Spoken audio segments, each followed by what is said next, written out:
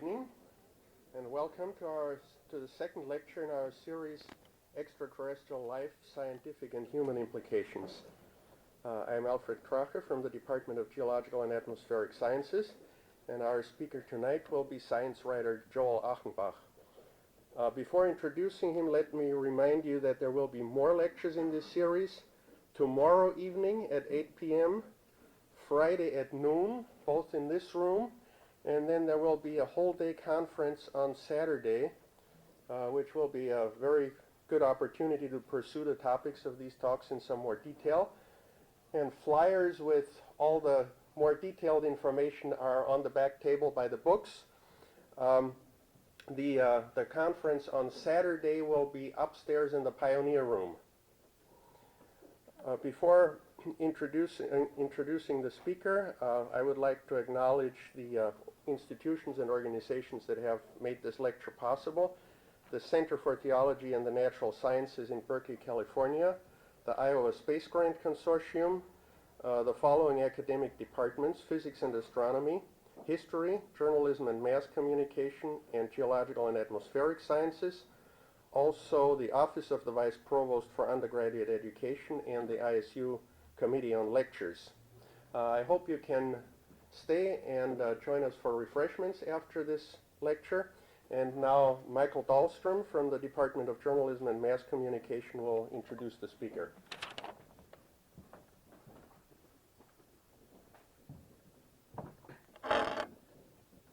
I am pleased to introduce your speaker for tonight, an esteemed science reporter from the Washington Post. He wrote the column The Way Things Are, which has served as the basis for 3 published books. He's also worked on the Miami Herald and currently writes a column entitled The Rough Draft, and is also working on a book about the future of everything. And tonight he's going to tell you how to avoid getting captured by aliens. So now I am proud to introduce Joel Achenbach.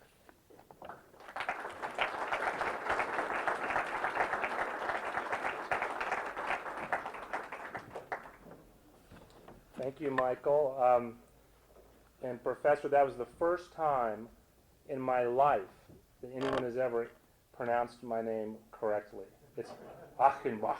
You know, it's a miracle. I've been I worked for 3 years. Can you all hear me? I know it's noisy in back with the people practicing something in the other room. Can you hear me okay in the back? I spent 3 years working on aliens, thinking about aliens, writing about aliens, and I spent most of the last year writing about the presidential candidates. And this was a surprisingly easy transition. There really are some remarkable similarities. You know, in both the extraterrestrial life issue and in presidential politics, you're constantly wondering, well, is this true? You know, can I believe this person? Is this just pandering? Is this person just telling me what I want to hear? And I do think that if one of the candidates is an alien, well, you know it's Gore. I mean, you know it's Gore, because you know when they created him, they didn't get human speech quite right. You know, the technology of human speech. He doesn't. You know, he speaks too fast sometimes, you know, doesn't blink enough. You know, he doesn't know how to fidget. You know, you look at the guy, you think, something here is not quite right. But it's funny, Gore thinks about extraterrestrial life. He's actually someone who, when he's not out there pandering about, you know, heating oil, he goes back and he thinks about things like the future of the Earth and extraterrestrial life. And actually, tomorrow night, I think you have Steve Dick, who will be talking here, who, in addition to being one of the most knowledgeable people ever about this topic, going back to the ancient Greeks, about the topic of extraterrestrial life, Steve was at a conference that Gore hosted at the White House in 1996, in December of 96, about the idea of extraterrestrial life. And what you notice about that is he had it in December of 96. He had like a month after the election. Trust me, you will not hear Al Gore talking about aliens on a stump out there. You can count on it. It's I sent him a copy of my book. I don't know if y'all saw this coming in. It's called Captured by Aliens. I sent him a copy, a nice, engraved copy, because I've interviewed him before, and I've gone jogging with Tipper. It's a true story. We went jogging together and ended up jumping in Lake Michigan together. Long story, but anyway, I sent him a copy of the book. I thought, no, the moment he gets this, his aides are going to throw this in the burn bag. There's no way he's going to be photographed reading this book with that title. So you should find out from Steve tomorrow night exactly what the vice president said about the aliens. Steve also has a book I was reading on the airplane that's that he contributed to, called When SETI Succeeds. Who knows what SETI is? I assume everyone knows what SETI is. Most people? SETI is the search for extraterrestrial intelligence. But there was one line in here that caught my eye, and I'm going to point this out. It says, at some point, we may switch to active SETI, sending encoded signals rather than passively receiving them. In other words, beaming messages out into space. Now, I've been hanging out with these candidates, and these people are not going to do this. Okay, they are not going to send messages into outer space because it's not a winning platform. And in fact, it has been tried in the past with very, very poor results. I understand this is the third best water in America. If anyone knows what 2 and 1 is, let me know. There were 3 attempts really to communicate with aliens in the past, and actually probably more than that. And people may have, set fields on fire, hello or something like that, so that aliens could see from space. But famously, there was the Pioneer plaque, 1971, I think, or 1970. Carl Sagan was involved with that, it shows a naked man and a naked woman side by side, and the man has his hand upraised, and the woman standing next to him, and it was horribly controversial because, first of all, they're naked, so it's like pornography in his face. Secondly, there was a big controversy about the man had genitals, the woman did not, and plus the man was the action figure. He had his hand upraised, whereas the woman was sort of standing there, so it was sexist. There was a huge controversy about that, so that didn't go over very big. Another time, 1974, Frank Drake, who is, many of you may know, is the author of the Drake equation, which calculates the abundance of life in space, or particularly the abundance of intelligent life that might be sending signals to us in space. Drake took it upon himself to use the Arecibo telescope in Puerto Rico to send a message to a globular cluster maybe 25,000 light years away that had a bunch of information about the Earth in it.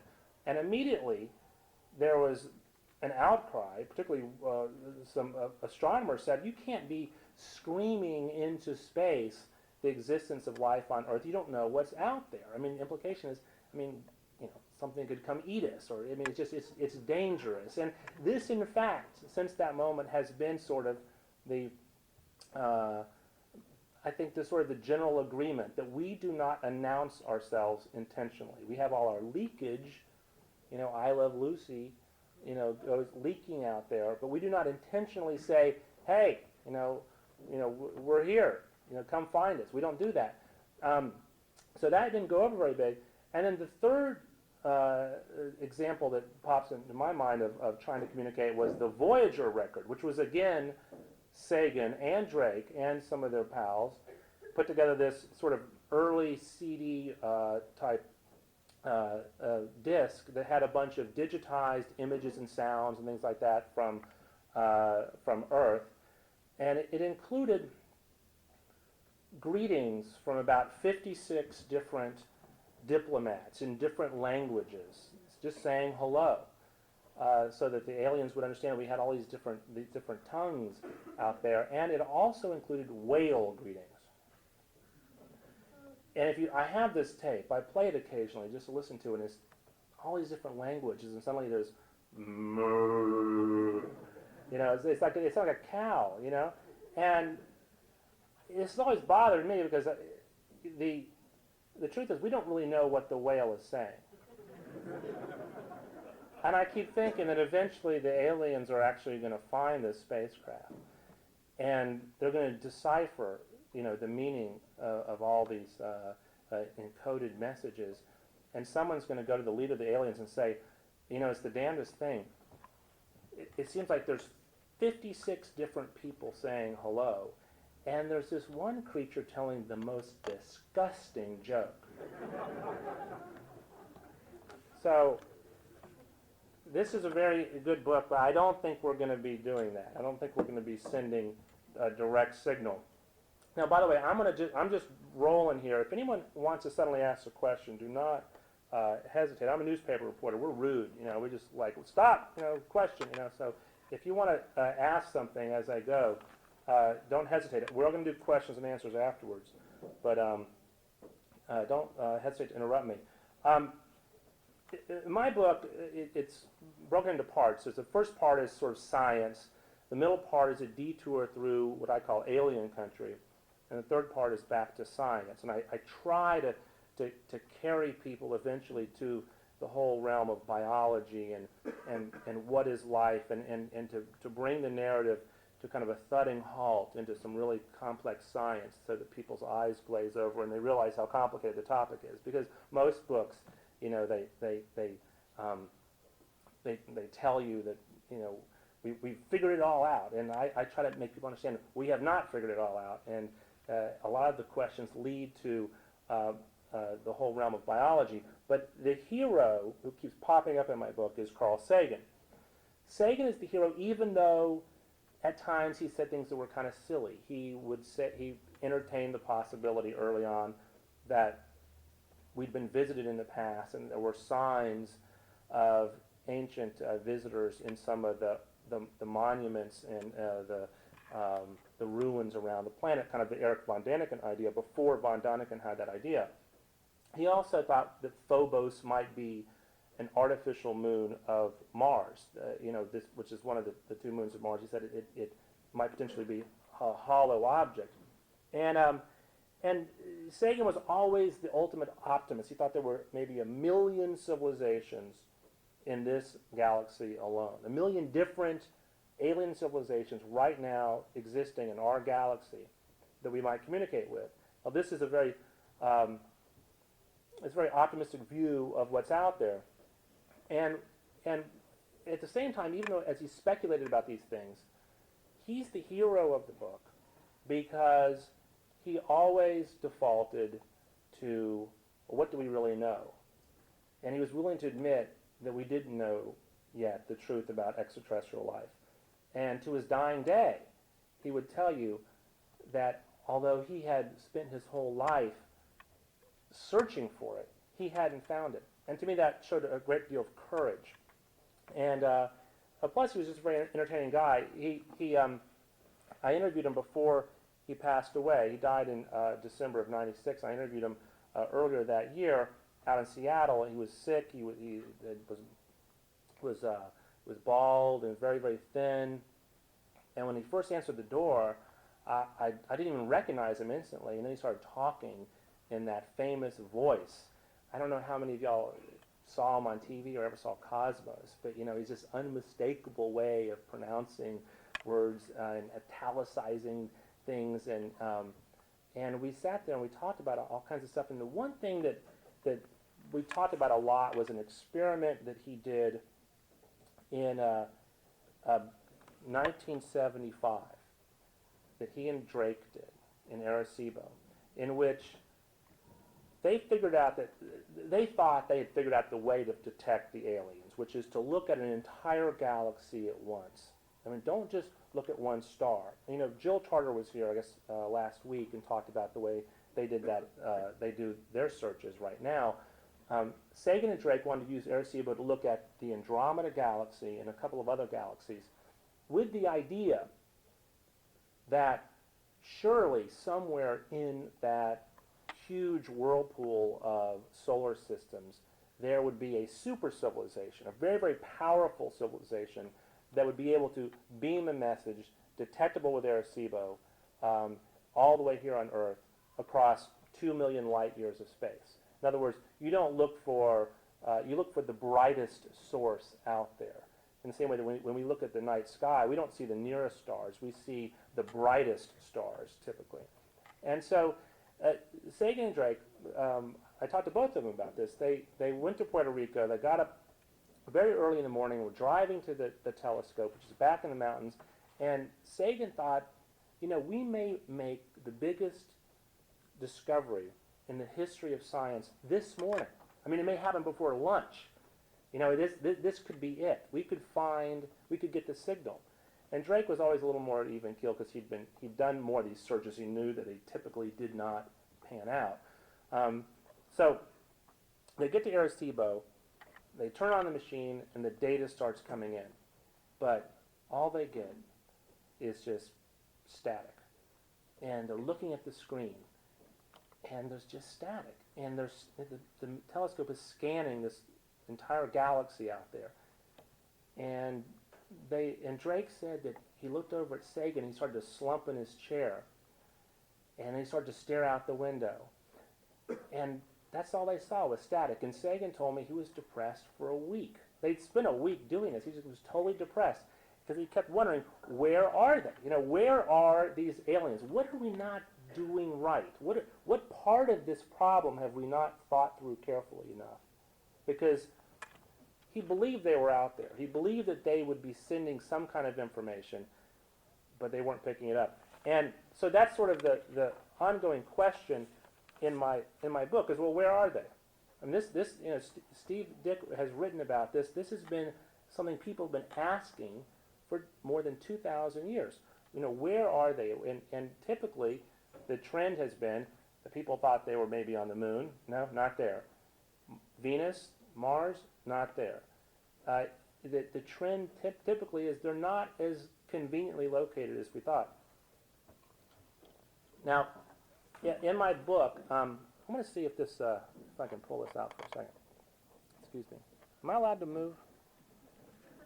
I feel like I'm trapped up here on this spot.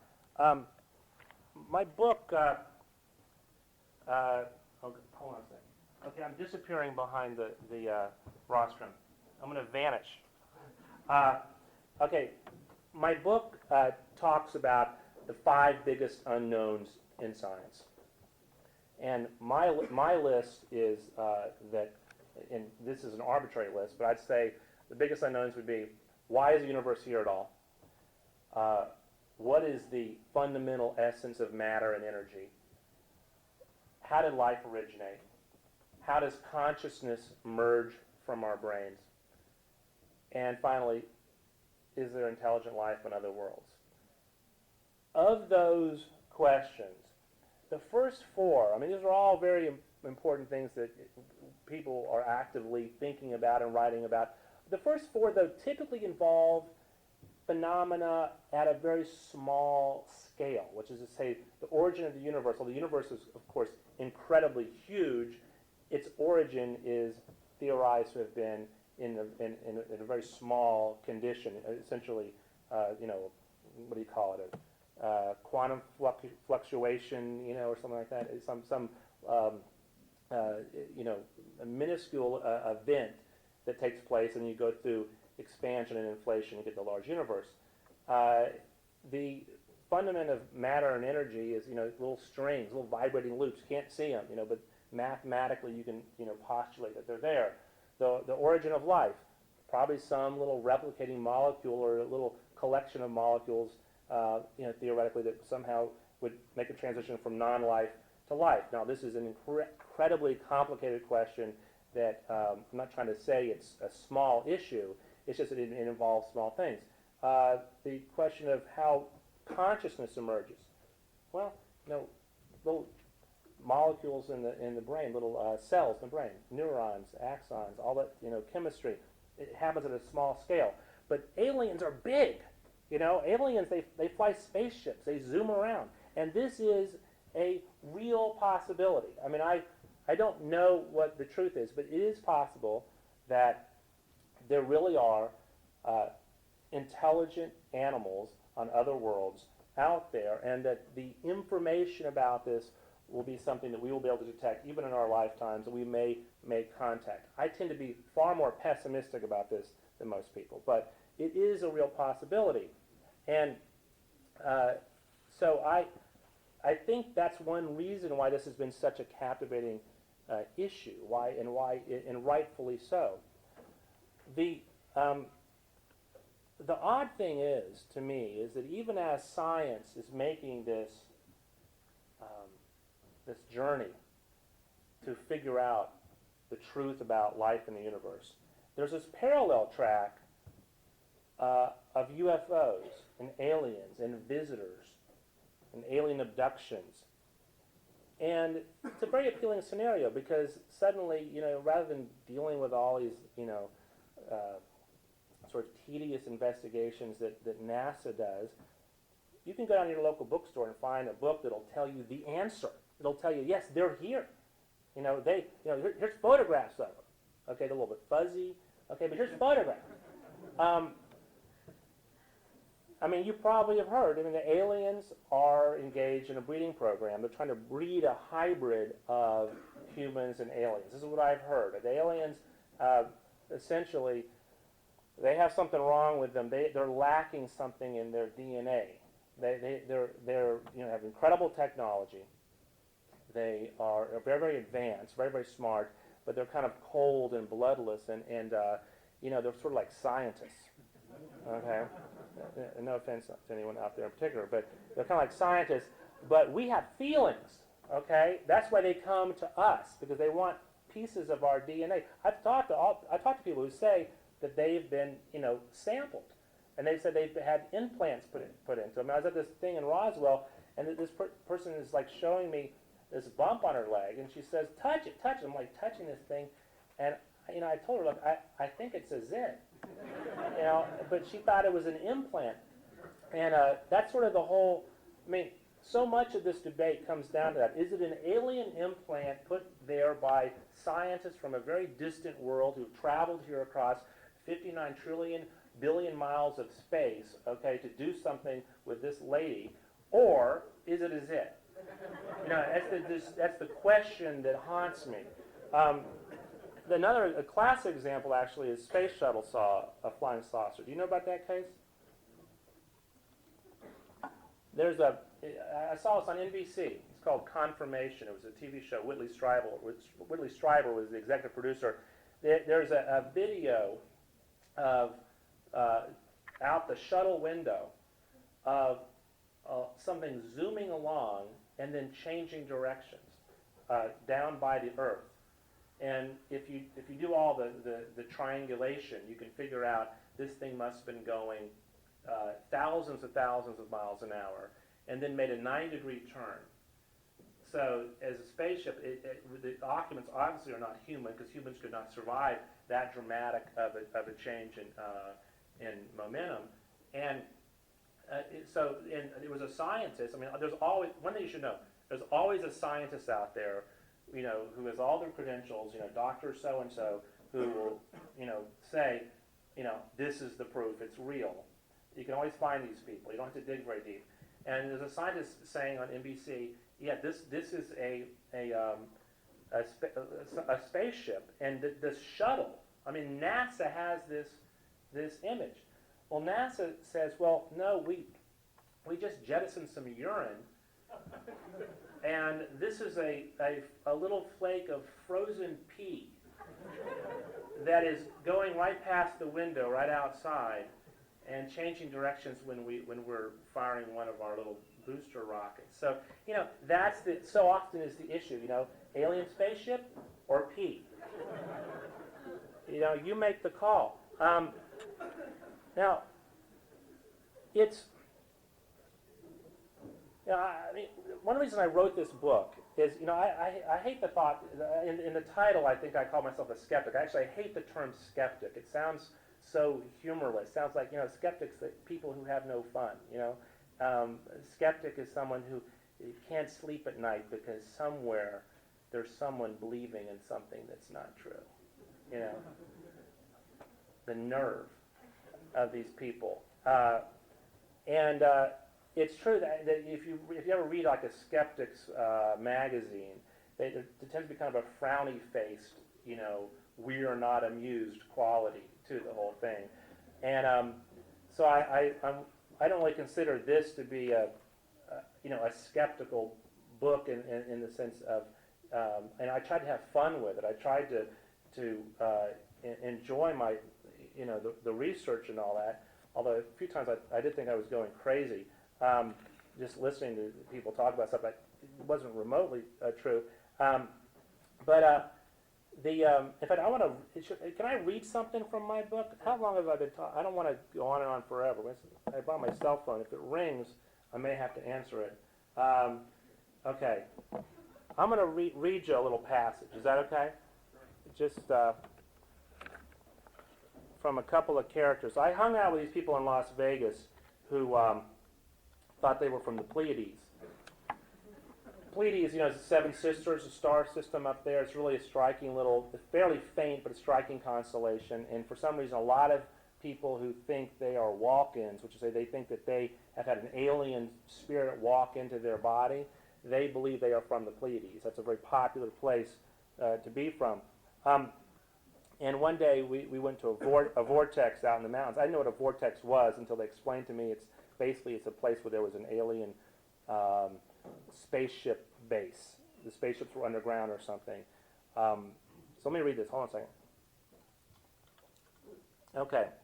The Starseed, that's the name of the people from the Pleiades. You understand? What happens is this woman, Jan, used to be called Val, and she had to go to her daughter and say, I'm not Val anymore. I'm not your mother anymore. Okay, she's now in a different body.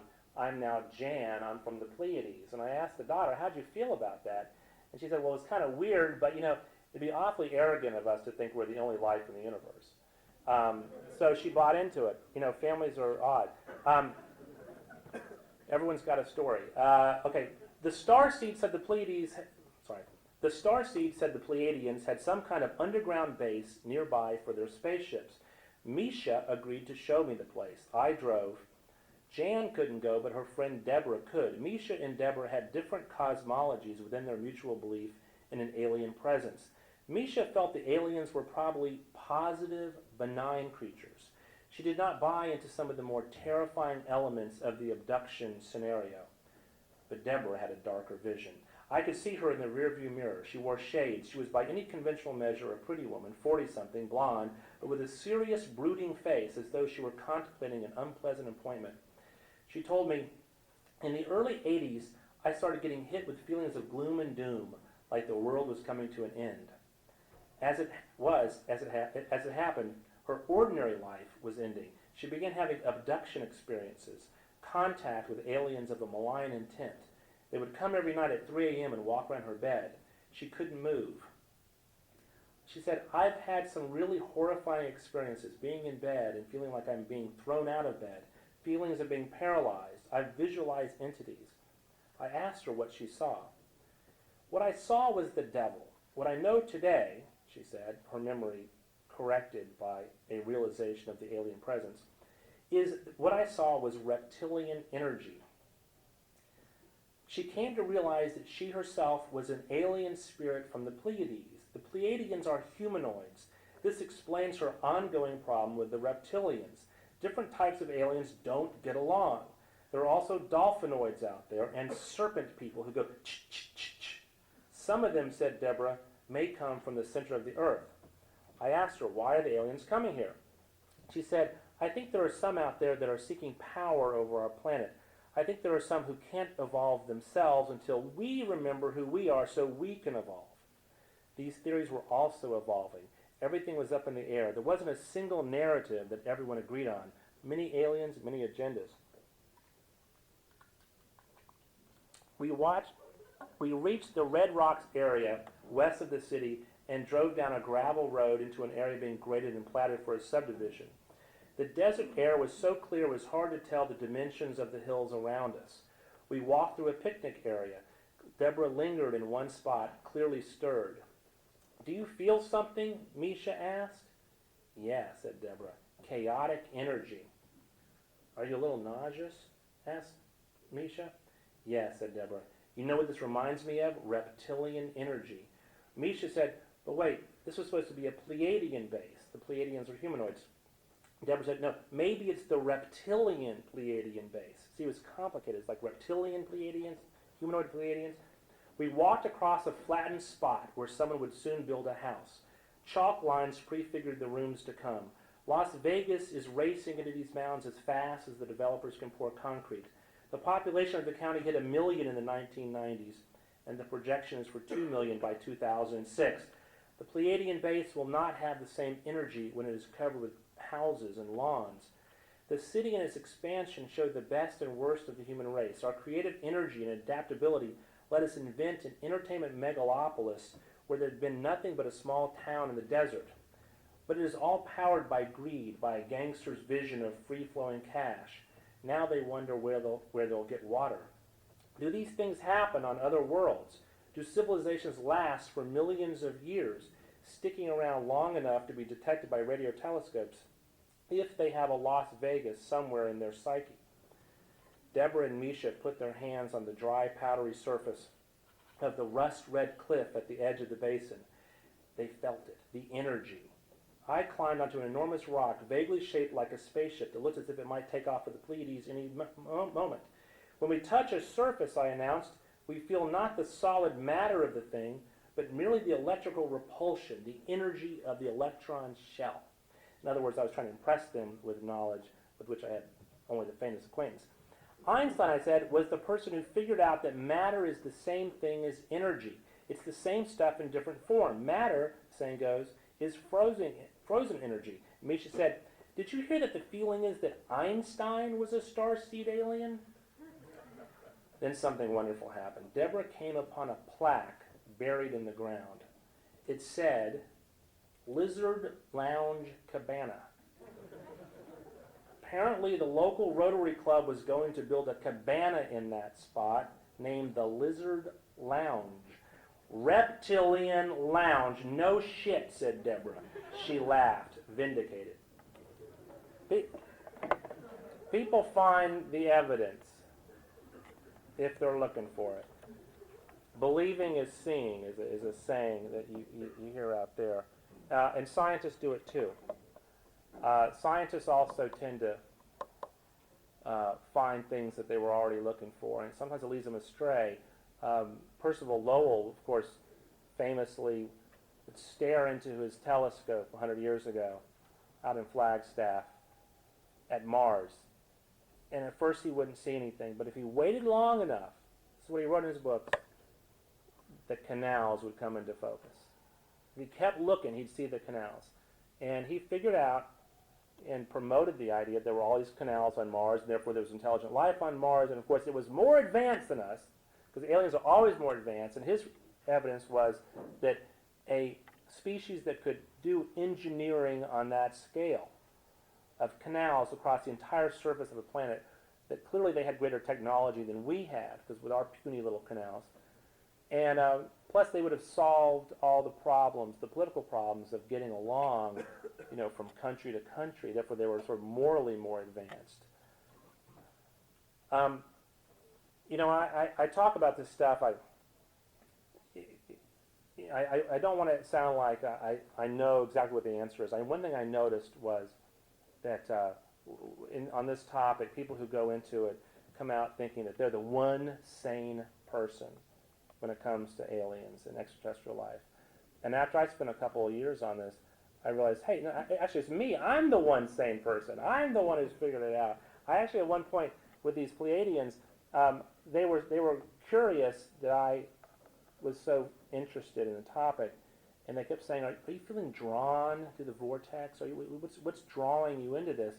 And I mentioned offhand that I have a sleep disorder that causes me sometimes to be paralyzed as I'm going to sleep. I can't move. This is called sleep paralysis. It's a not that unusual condition. Has anyone here ever had that? Where they, okay, one weirdo in the back. Anyone else? Okay. It's a thing where you can't move. You're still conscious. You can't move. It's very alarming because you feel like someone is doing it to you.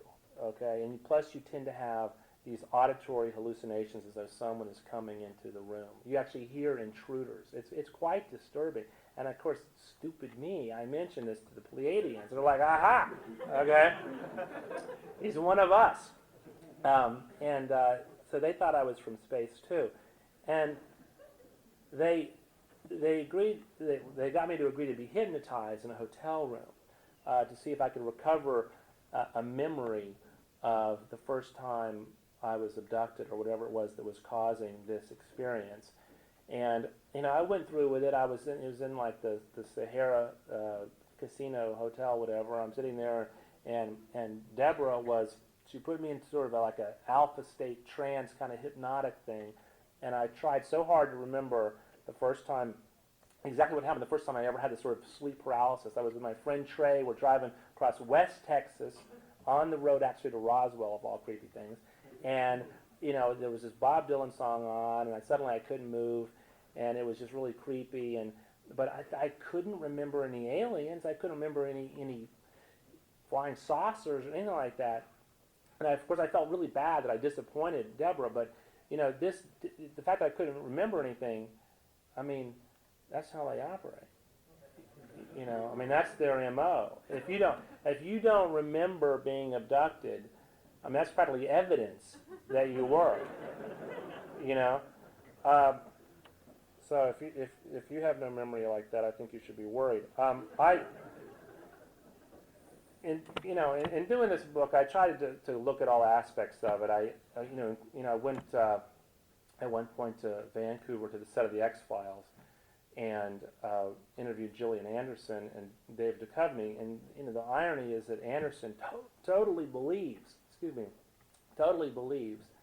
that, as she put it, the aliens are here and the government is covering it up. I mean, she said she literally would be shocked if that were not the case. And those of you who know the show, Gillian Anderson plays the skeptic on the show, Agent Scully. The believer on the show, David Duchovny, told me that he thinks it's all nonsense, and he says the show is essentially almost a religious type show, like Touched by an Angel. He says that what the show tells people is that things don't happen for a random reason. There are bad guys out there conspiring against you. And I thought that was a pretty good analysis. And in general, I'm always kind of discouraged that science hasn't done a better job of fighting this war, in a sense, against pop culture, or of making its view of the universe and of life sufficiently compelling and beautiful to people that they feel like they have to turn these much more dramatic narratives to be excited. I sort of think that being alive, being a human being, and having consciousness, and having, if you think about the way our body works, it's such a miraculous, amazing, complex system that I'm not really sure you need to throw in flying saucers and aliens to have a dramatic narrative. I'm going to wrap up here in a second, and I want to take questions, but let me just mention a couple other things about aliens. My biggest objection to the aliens is they have no information. They come here across all this space to visit us, and all they do is say, be careful about nuclear weapons, or beware global warming. They don't ever tell us, like, what is their biochemistry? Are they carbon-based? Do they have liquid water in their metabolism? Do they, there are lots of other species on their planets. They don't ever tell us anything. We don't learn anything from the aliens. And so when I was doing this book, eventually I got kind of bored with it. They just were not as interesting as the humans I was dealing with. I think that, speculation can be very useful. Sagan was very useful because even as he speculated about, polar bears on Mars, getting people thinking is a good idea. Sometimes crazy ideas turn out to be true. 200 years ago, no one believed that rocks could fall from space. Scientists said that can't be true. They did not believe in meteorites then. 80 years ago, when someone proposed that the surface of the Earth moved, that there were these plates shifting around, that Africa was once joined with North America, that idea was rejected. Well, it's true. Crazy ideas sometimes turn out to be true. But when you go through life, you should always remember, most crazy ideas are wrong. They are crazy. And I think that the alien idea is in that category. I'm going to go ahead and take questions here, but I just want to, let me just finish one more point, if I could. The universe is so big, it's hard to imagine there's no intelligent life anywhere out there. I think the distance is not a trivial factor. If there are 70 galaxies that way, it's going to be kind of hard to communicate with them. In general, I think that we are very much at the beginning of this search. I don't think there's much data on extraterrestrial life. I think there's a lot of speculation, there's plausibility arguments, there's some nifty ideas. But when I interviewed Stephen Jay Gould for this book, he just kept saying the same thing over and over again: no data. He didn't want to take a stand, and I think he was right because there's really no data on it yet. It may happen. They found signs of liquid water on Mars. There's signs of liquid water beneath the surface of Europa. Planet Finder is this telescope they're going to build in the next 10, 15 years that might find the signature of life on another planet out there. We may have data in our lifetime, but at the moment we're still very much at the beginning of the search. And this idea that it would be arrogant of us to think we're the only intelligent life in the galaxy, or whatever. You hear this all the time. It would be so much hubris to think that we're the best. Our attitude doesn't matter. It's an empirical question. It doesn't matter if we're arrogant or not. We have to go find the answer. I think it's one of the great unknowns in our lives, is what's out there. How do we fit into the life of the universe? In a way, it's sort of like, who are we? And I think we should go find the truth. So, thank you.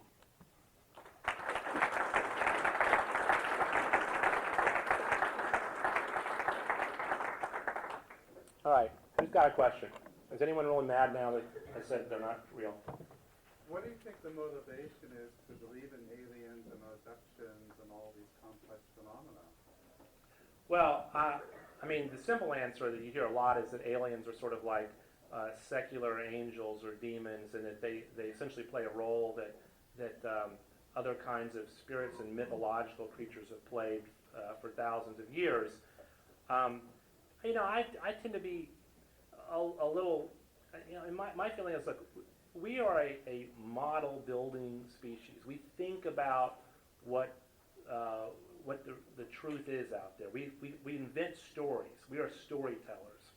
And this idea of visitors is a very powerful and evocative story that, in a sense, is not that irrational if you accept that most scientists probably think that there's intelligent life somewhere, or at least that it's a possibility.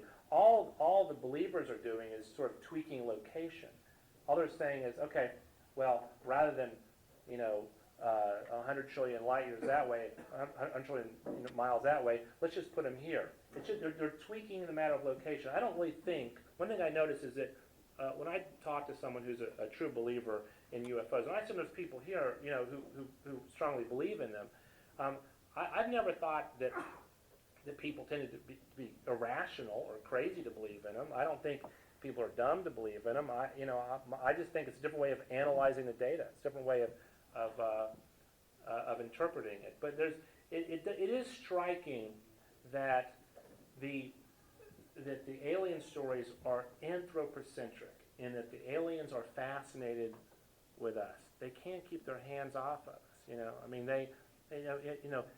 supposedly this is a very open-minded view of the universe, that there's life everywhere, but the alien stories tend to have this, anthropocentric central irony to them. The aliens have to come here, and there's something about us that they crave. Another question? Yes, sir. One thing that I like, you interviewed so many different people, and you somehow have something nice to say about all of them. With one thing that comes close to an exception being the people who want to colonize Mars. It sounds like they somehow picked you off, if I may say that. Okay, that's a fair comment. I have a chapter in there about the Mars Society, and I don't think it's unduly harsh, but they had their founding convention, and I thought it was very unsuccessful for them because they lapsed very quickly into a. They didn't really explain why they wanted to go to Mars very well. It came off sounding very much like manifest destiny, which was the term they themselves began using. They said it's the manifest destiny of our species to colonize Mars and eventually go out into space and colonize other worlds. Now, this is a philosophy that has not served our planet well in the past. I did not think that they came anywhere close to finessing that central problem in their motivation. I think exploring Mars for scientific reasons and potentially even for cultural reasons is a very interesting idea, and I can imagine supporting it. I'm not sure I want to send these folks to Mars. Okay, or actually, maybe that's the solution, but who else has got a question? Yes, sir.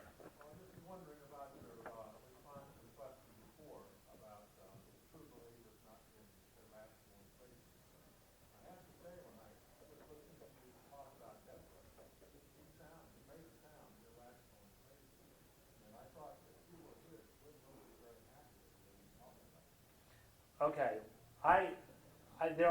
there's a spectrum